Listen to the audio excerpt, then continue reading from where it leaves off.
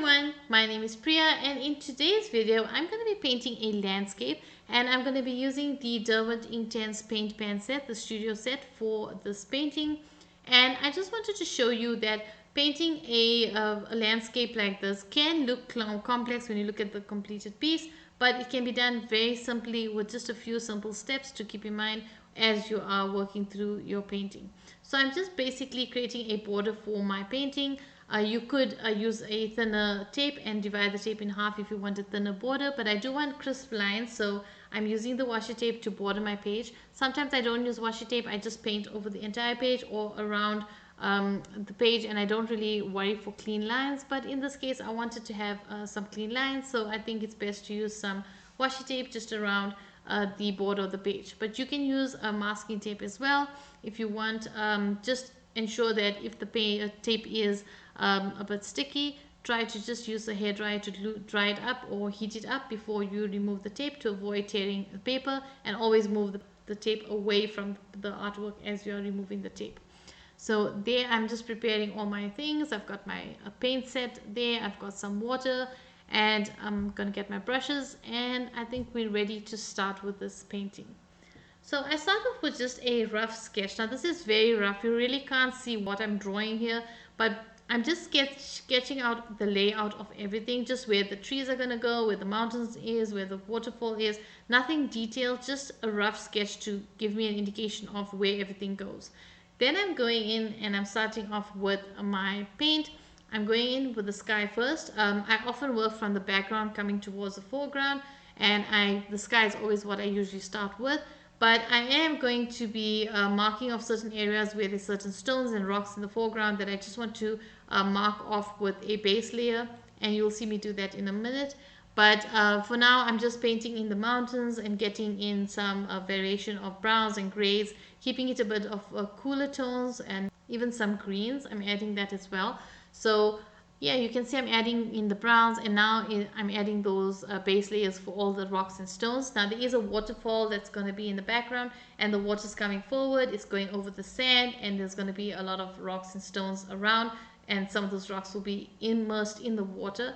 So I just want to basically lay everything out so I know where everything goes. That way, as I'm building up my layers and starting to slowly create depth in the painting, I will be able to easily identify where everything goes. So this is basically just my guide. I am going to build up on these layers.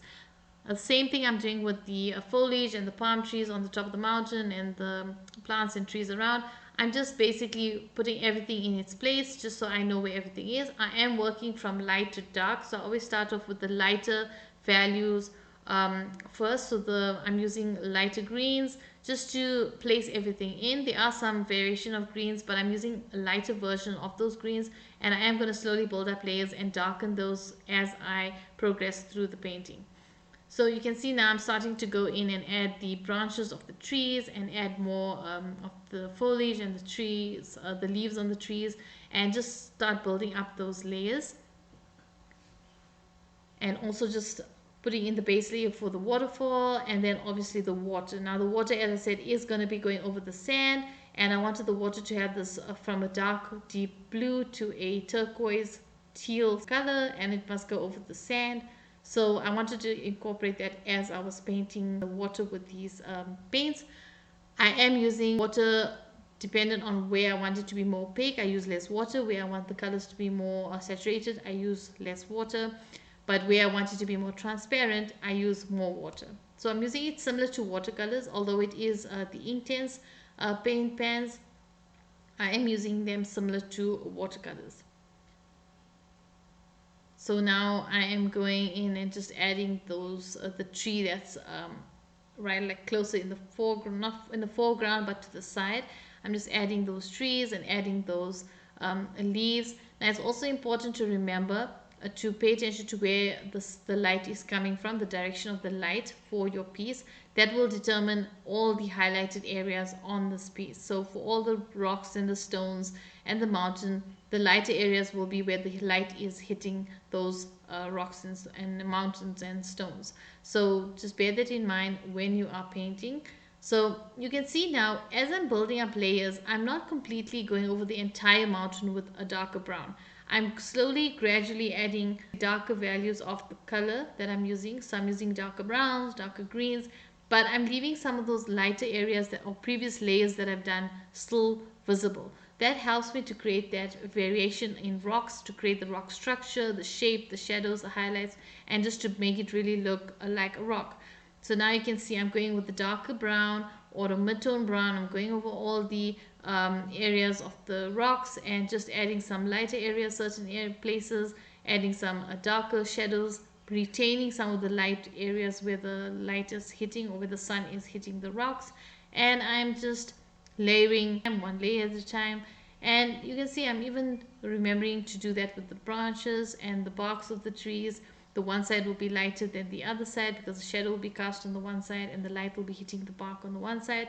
So I'm also taking that into consideration, as well as the surrounding foliage casting shadows on the other foliage. So that also you need to consider if you want to create a more three-dimensional look of your painting and make it look a bit more realistic.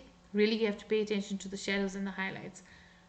So now going again, working on the foliage. Like I said, I started off with the lightest greens and then I started going a little darker.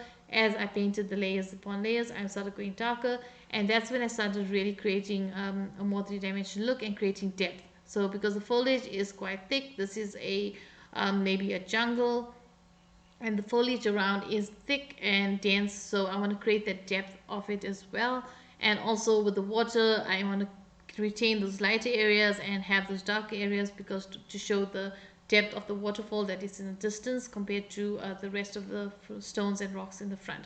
Remember, the stones that are closest to me or to the viewer, those will have more detail than the ones further in the background. And you can see as I'm building up the layers, I started really adding a lot of color and just bringing out some brightness and bringing more saturation to the water, the rocks, the leaves, the plants, and that really helps to bring everything together for this painting.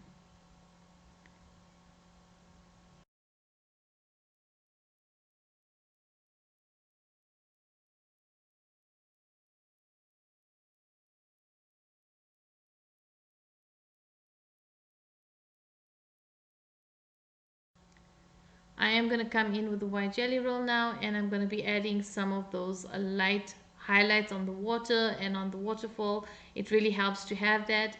Even some of the highlights on the rocks, I can even do that with the white jelly roll as well.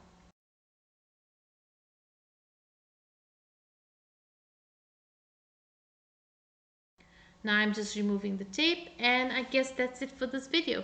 Thank you so much for watching. I hope you've enjoyed it. If you have, don't forget to like and share. It really helps the channel out. And if you want to see more videos like this, don't forget to hit the subscribe button. That way you'll be notified when I put up my next video. Till the next one. Bye.